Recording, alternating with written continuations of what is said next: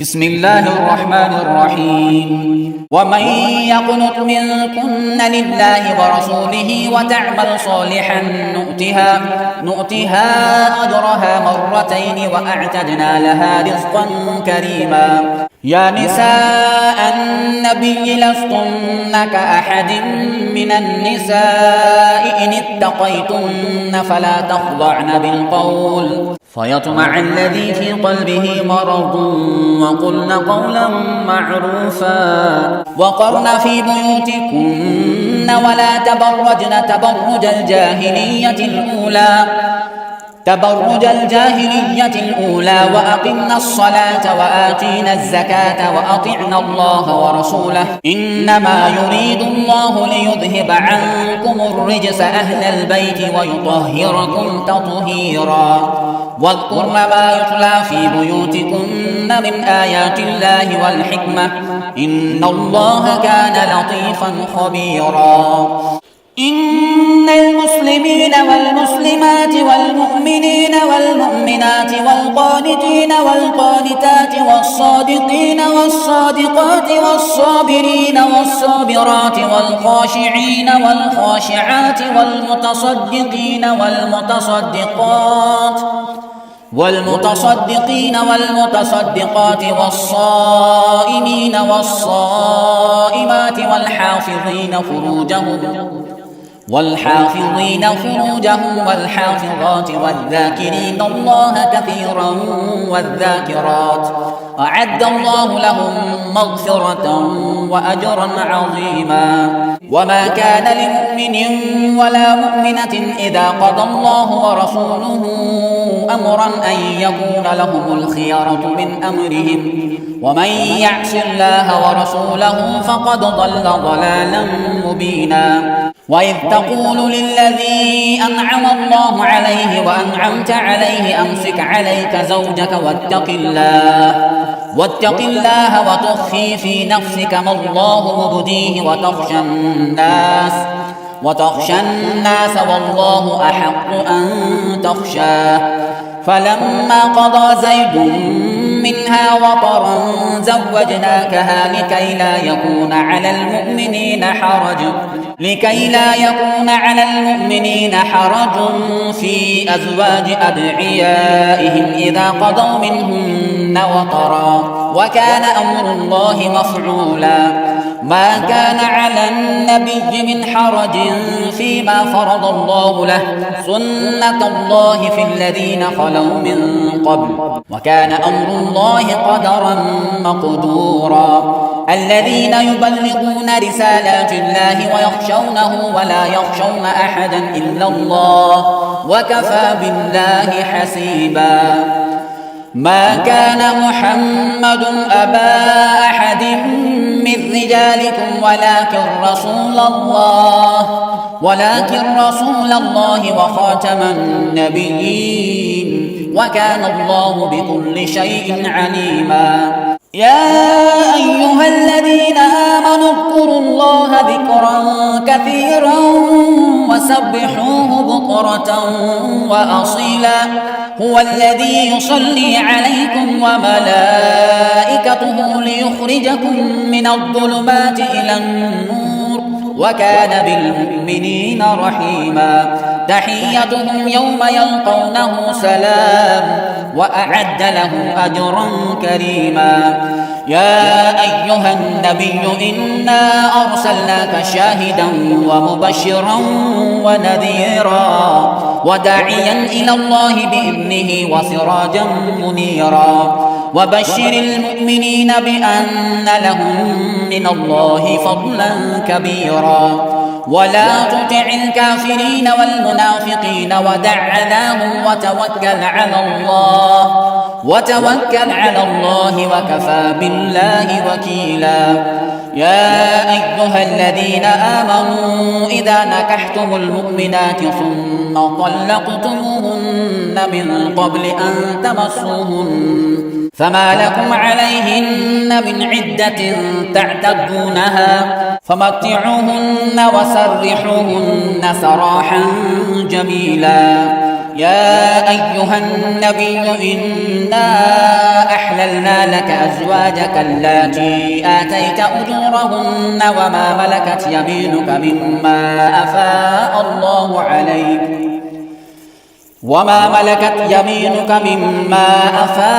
الله عليك وبنات عمك وبنات عماتك وبنات خالك وبنات خالاتك اللاتي هاجرن معك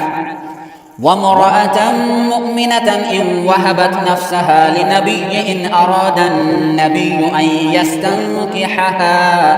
خالصة لك من دون المؤمنين. قد علمنا ما فرضنا عليهم في أزواجهم وما ملكت أيمانهم لكي لا يكون عليك حرج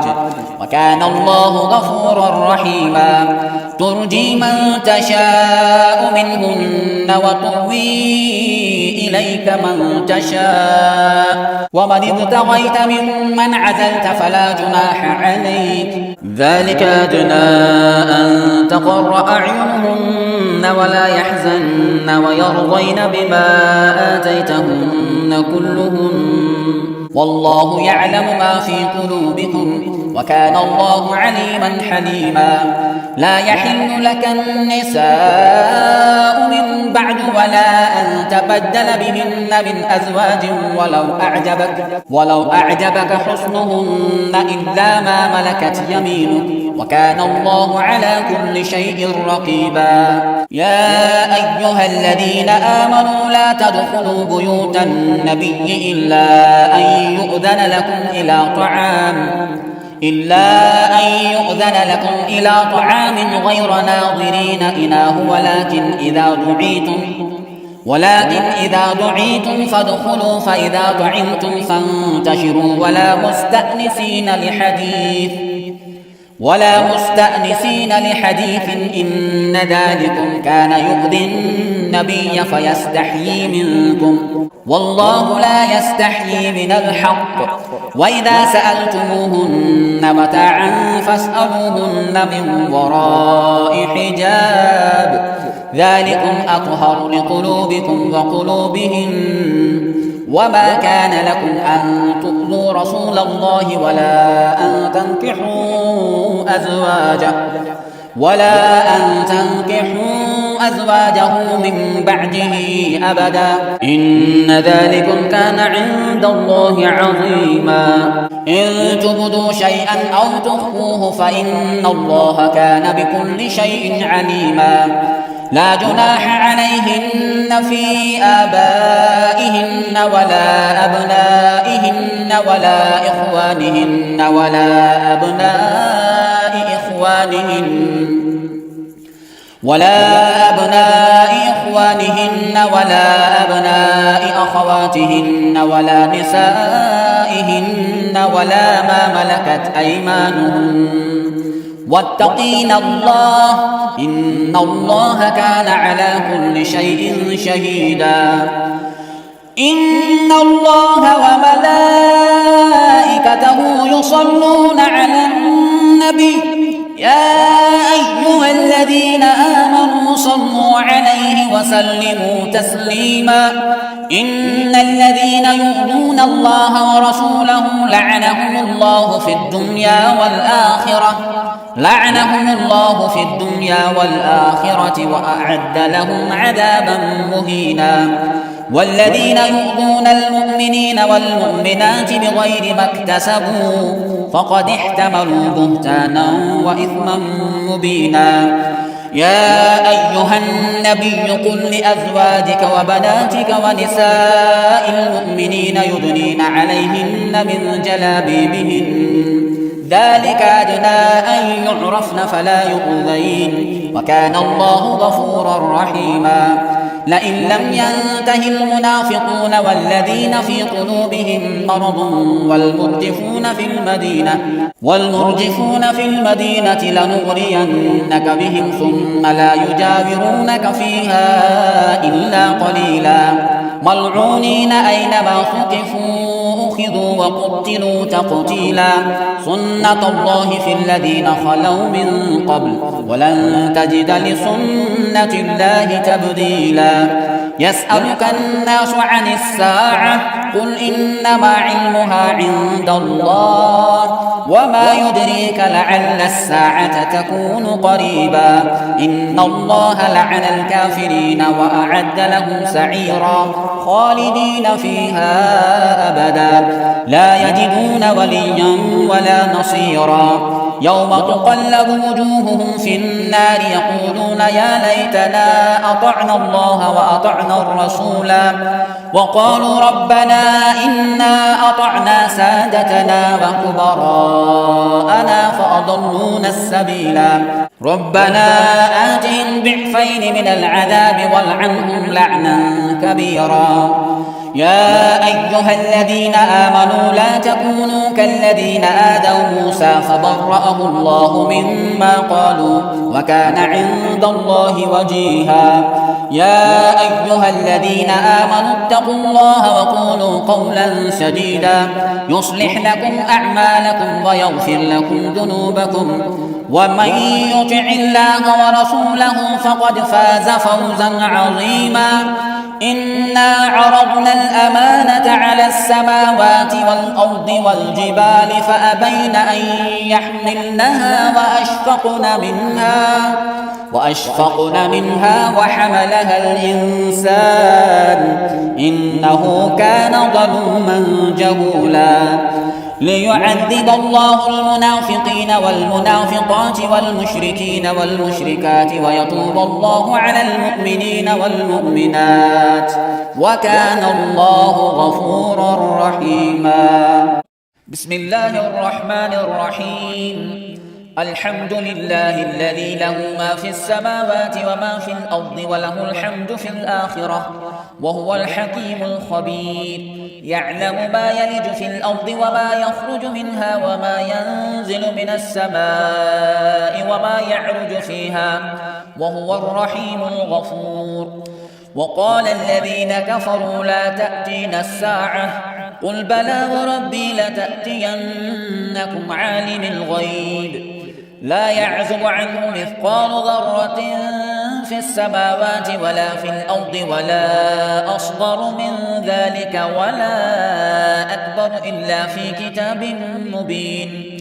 ليجزي الذين آمنوا وعملوا الصالحات أولئك لهم مغفرة ورزق كريم والذين سعوا في آياتنا معاجزين أولئك لهم عذاب من رجز أليم ويرى الذين أوتوا العلم الذي أنزل إليك من ربك هو الحق ويهدي إلى صراط العزيز الحميد وقال الذين كفروا هل ندلكم على رجل ينبئكم إذا مزقتم كل ممزق إنكم لفي خلق جديد أفترى على الله كذبا أم به جنة بل الذين لا يؤمنون بالآخرة في العذاب والضلال البعيد أفلم يروا إلى ما بين أيديهم وما خلفهم من السماء والأرض إن نشأ نخسف بهم الأرض أو نسقط عليهم كسفا من السماء إن في ذلك لآية لكل عبد منيب ولقد آتينا داود منا فضلا يا جبال أوبي معه والطير وألنا له الحديد أن اعمل سابغات وقدر في السرد واعملوا صالحا إني بما تعملون بصير ولسليمان الريح غدوها شهر ورواحها شهر وأسلنا له عين القطر ومن الجن من يعمل بين يديه بإذن ربه ومن يزغ منهم عن أمرنا نذقه من عذاب السعير يعملون له ما يشاء من محاريب وتماثيل وجفان كالجواب وقدور الراسيات اعملوا آل داود شكرا وقليل من عبادي الشكور فلما قضينا عليه الموت ما دلهم على موته إلا دابة إلا دابة الأرض تأكل من سأته فلما خر تبينت الجن أن لو كانوا يعلمون الغيب ما لبثوا في العذاب المهين لقد كان لسبإ في مسكنهم آية جنتان عن يمين وشمال كلوا من رزق ربكم واشكروا له بلدة طيبة ورب غفور فأعرضوا فأرسلنا عليهم سيل العرم وبدلناهم بجنتيهم جنتين ذواتي أكل خمط وأثل وشيء من سدر قليل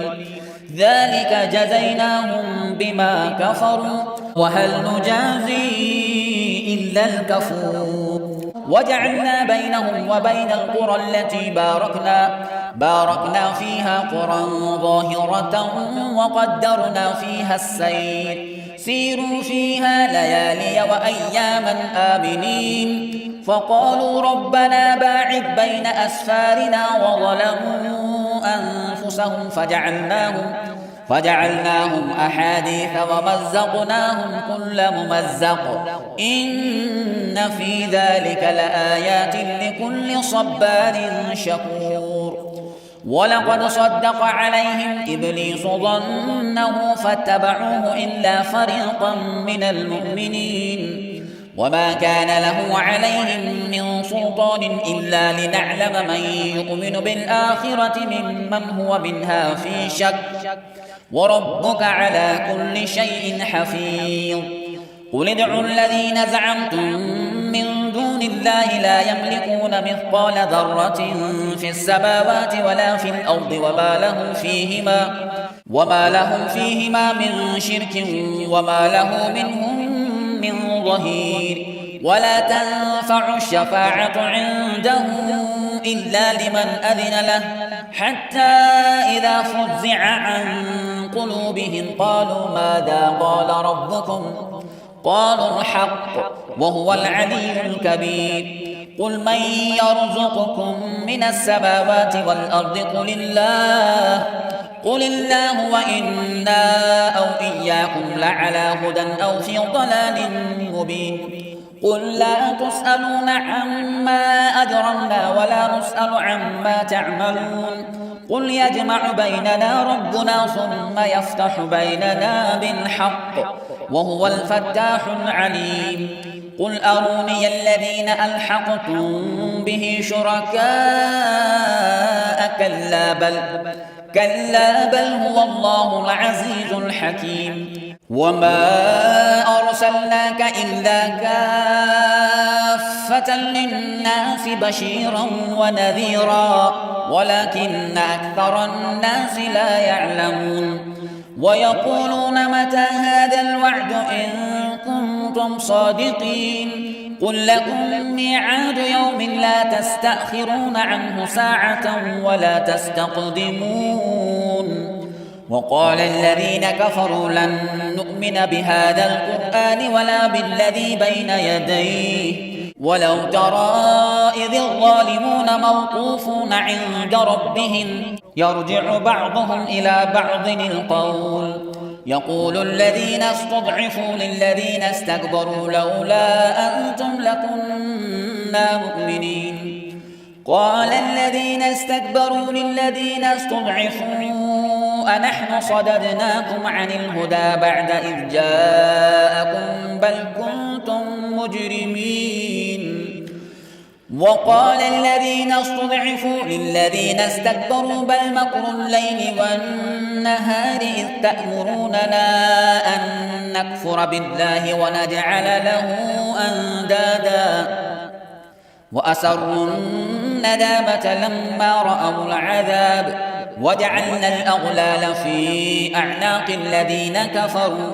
هل يجزون إلا ما كانوا يعملون وما أرسلنا في قرية من نذير إلا قال مطرفوها إنا بما أرسلتم به كافرون وقالوا نحن أكثر أموالا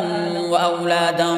وما نحن بمعذبين قل إن ربي يبسط الرزق لمن يشاء ويقدر ولكن أكثر الناس لا يعلمون وما أموالكم ولا أولادكم بالتي تقربكم عندنا زلفى إلا من آمن وعمل صالحا فأولئك لهم جزاء الضعف بما عملوا وهم في الغرفات آمنون والذين يسعون في آياتنا معاجزين أولئك في العذاب محضرون قل إن ربي يبسط الرزق لمن يشاء من عباده ويقدر له وما أنفقتم من شيء فهو يخلفه وهو خير الرازقين ويوم يحشرهم جميعا ثم يقول للملائكة أهؤلاء إياكم كانوا يعبدون قالوا سبحانك أنت ولينا من دونهم بل كانوا يعبدون الجن أكثرهم بهم مؤمنون فاليوم لا يملك بعضكم لبعض نفعا ولا ضرا ونقول للذين ظلموا ذوقوا عذاب النار التي كنتم بها تكذبون وإذا تتلى عليهم آياتنا بينات قالوا ما هذا إلا رجل يريد أن يصدكم عما كان يعبد آباؤكم وقالوا ما هذا إلا إفك مفترى وقال الذين كفروا للحق لما جاءهم إن هذا إلا سحر مبين وما آتيناهم من كتب يدرسونها وما أرسلنا إليهم قبلك من نذير وكذب الذين من قبلهم وما بلغوا معشار ما آتيناهم فكذبوا رسلي فكيف كان نكير قل إنما أعظكم بواحدة أن تقوموا لله مثنى وفرادا ثم تتفكروا ما بصاحبكم من جنة إن هو إلا نذير لكم بين يدي عذاب شديد قل ما سألتكم من أجر فهو لكم إن أجري إلا على الله وهو على كل شيء شهيد قل إن ربي يقذف بالحق علام الغيوب قل جاء الحق وما يبدئ الباطل وما يعيد قل إن ضللت فإنما أضل على نفسي وإن اهتديت فبما يوحي إلي ربي إنه سميع قريب ولو ترى إذ فزعوا فلا فوت وأخذوا من مكان قريب وقالوا آمنا به وأنى لهم التناوش من مكان بعيد وقد كفروا به من قبل ويقذفون بالغيب من مكان بعيد وحيل بينهم وبين ما يشتهون كما فعل بأشياعهم من قبل إنهم كانوا في شك مريب بسم الله الرحمن الرحيم الحمد لله فاطر السماوات والأرض جاعل الملائكة رسلا أولي أجنحة مثنى وثلاث ورباع يزيد في الخلق ما يشاء إن الله على كل شيء قدير ما يفتح الله للناس من رحمة فلا ممسك لها وما يمسك فلا مرسل له من بعده وهو العزيز الحكيم يا أيها الناس اذكروا نعمة الله عليكم هل من خالق غير الله يرزقكم من السماء والأرض لا إله إلا هو فأنى تؤفكون وإن يكذبوك فقد كذبت رسل من قبلك وإلى الله ترجع الأمور يا أيها الناس إن وعد الله حق فلا تغرنكم الحياة الدنيا ولا يغرنكم بالله الغرور إن الشيطان لكم عدو فاتخذوه عدوا إنما يدعو حزبه ليكونوا من أصحاب السعير الذين كفروا لهم عذاب شديد والذين آمنوا وعملوا الصالحات لهم مغفرة وأجر كبير أفمن زين له سوء عمله فرآه حسنا فإن الله يضل من يشاء ويهدي من يشاء فلا تذهب نفسك عليهم حسرات إن الله عليم بما يصنعون والله الذي أرسل الرياح فتثير سحابا فسقناه إلى بلد ميت فأحيينا به الأرض بعد موتها كذلك النشور من كان يريد العزة فلله العزة جميعا إليه يصعد الكلم الطيب والعمل الصالح يرفعه والذين يمكرون السيئات لهم عذاب شديد ومكر أولئك هو يبور والله خلقكم من تراب ثم من نطفة ثم جعلكم أزواجا وما تحمل من أنثى ولا تضع إلا بعلمه وما يعمر من معمر ولا ينقص من عمره إلا في كتاب إن ذلك على الله يسير وما يستوي البحران هذا عذب فرات سائغ شرابه وهذا ملح أجاج ومن كل تأكلون لحما طريا وتستخرجون حلية تلبسونها وترى الفلك فيه مواخر لتبتغوا من فضله ولعلكم تشكرون يولج الليل في النهار ويولج النهار في الليل وسخر الشمس والقمر كل يجري لأجل مسمى ذلكم الله ربكم له الملك والذين تدعون من دونه ما يملكون من قطمير إن تدعوهم لا يسمعوا دعاءكم ولو سمعوا ما استجابوا لكم ويوم القيامة يكفرون بشرككم ولا ينبئك مثل خبير يا أيها الناس أنتم الفقراء إلى الله والله هو الغني الحميد إن يشأ يذهبكم ويأتي بخلق جديد وما ذلك على الله بعزيز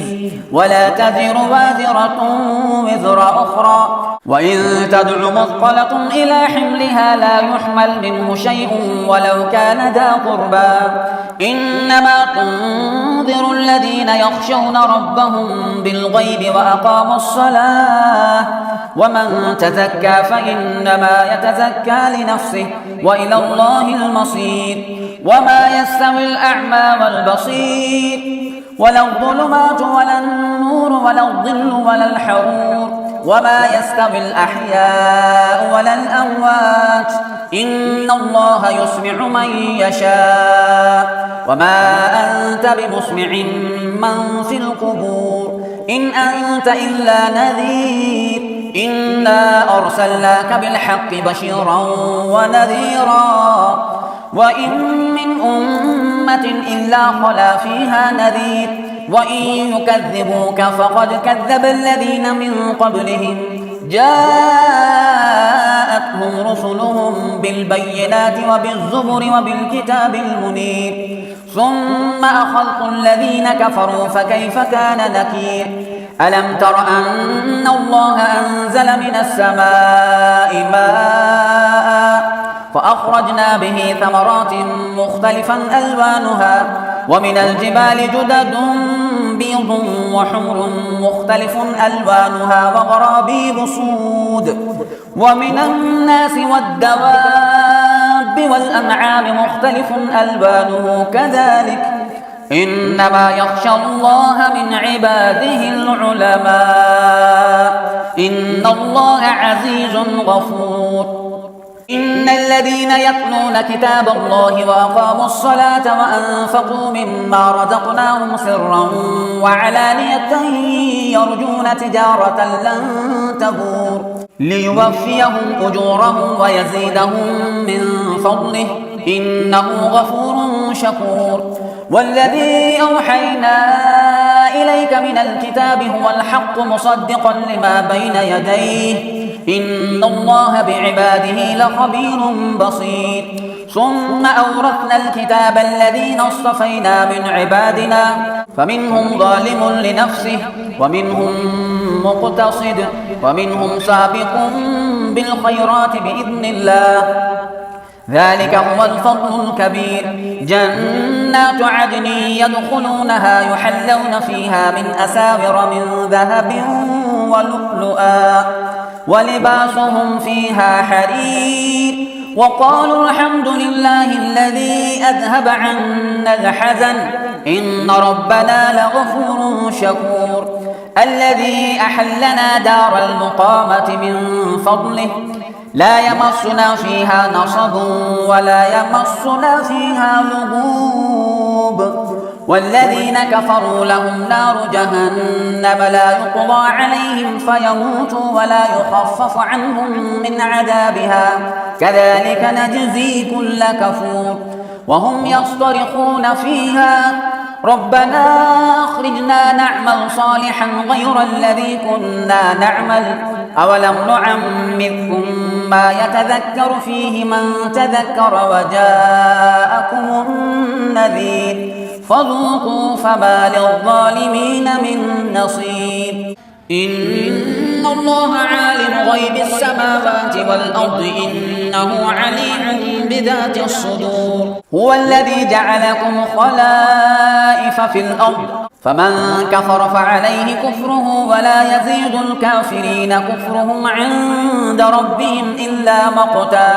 ولا يزيد الكافرين كفرهم إلا خسارا. قل أرأيتم شركاءكم الذين تدعون من دون الله أروني ماذا خلقوا من الأرض أم لهم شرك في السماوات أم آتيناهم كتابا فهم على بينات منه بل إن يعد الظالمون بعضهم بعضا إلا غرورا. إن الله يمسك السماوات والأرض أن تزولا ولئن زالتا إن أمسكهما من أحد من بعده إنه كان حليما غفورا. وأقسموا بالله جهد أيمانهم لئن جاءهم نذير ليكونن أهدى من إحدى الأمم فلما جاءهم نذير ما زادهم إلا نفورا استكبارا في الأرض ومكر السيء ولا يحيق المكر السيء إلا بأهله فهل ينظرون إلا سنة الأولين فلن تجد لسنة الله تبديلا ولن تجد لسنة الله تحويلا. أولم يسيروا في الأرض فينظروا كيف كان عاقبة الذين من قبلهم وكانوا أشد منهم قوة وما كان الله ليعجزه من شيء في السماوات ولا في الأرض إنه كان عليما قديرا. ولو يؤاخذ الله الناس بما كسبوا ما ترك على ظهرها من دابة ولكن يؤخرهم إلى أجل مسمى فإذا جاء أجلهم فإن الله كان بعباده بصيرا. بسم الله الرحمن الرحيم. ياسين والقرآن الحكيم إنك لمن المرسلين على صراط مستقيم تنزيل العزيز الرحيم لتنذر قوما ما أنذر آباؤهم فهم غافلون لقد حق القول على أكثرهم فهم لا يؤمنون. إنا جعلنا في أعناقهم أغلالا فهي إلى الأذقان فهم مقمحون وجعلنا من بين أيديهم سدا ومن خلفهم سدا فأغشيناهم فهم لا يبصرون وسواء عليهم أأنذرتهم أم لم تنذرهم لا يؤمنون إنما تنذر من اتبع الذكر وخشي الرحمن بالغيب فبشره بمغفرة وأجر كريم إنا نحن نحيي الموتى ونكتب ما قدموا وآثارهم وكل شيء أحصيناه في إمام مبين واضرب لهم مثلا أصحاب القرية إذ جاءها المرسلون إذ أرسلنا إليهم اثنين فكذبوهما فعززنا بثالث فقالوا إنا إليكم مرسلون قالوا ما أنتم إلا بشر مثلنا وما أنزل الرحمن من شيء إن أنتم إلا تكذبون قالوا ربنا يعلم إنا إليكم لمرسلون وما علينا إلا البلاغ المبين قالوا إنا تطيرنا بكم لئن لم تنتهوا لنرجمنكم وليمسنكم منا عذاب أليم قالوا طائركم معكم أئن ذكرتم بل أنتم قوم مسرفون وجاء من أقصى المدينة رجل يسعى قال يا قوم اتبعوا المرسلين اتبعوا من لا يسألكم أجرا وهم مهتدون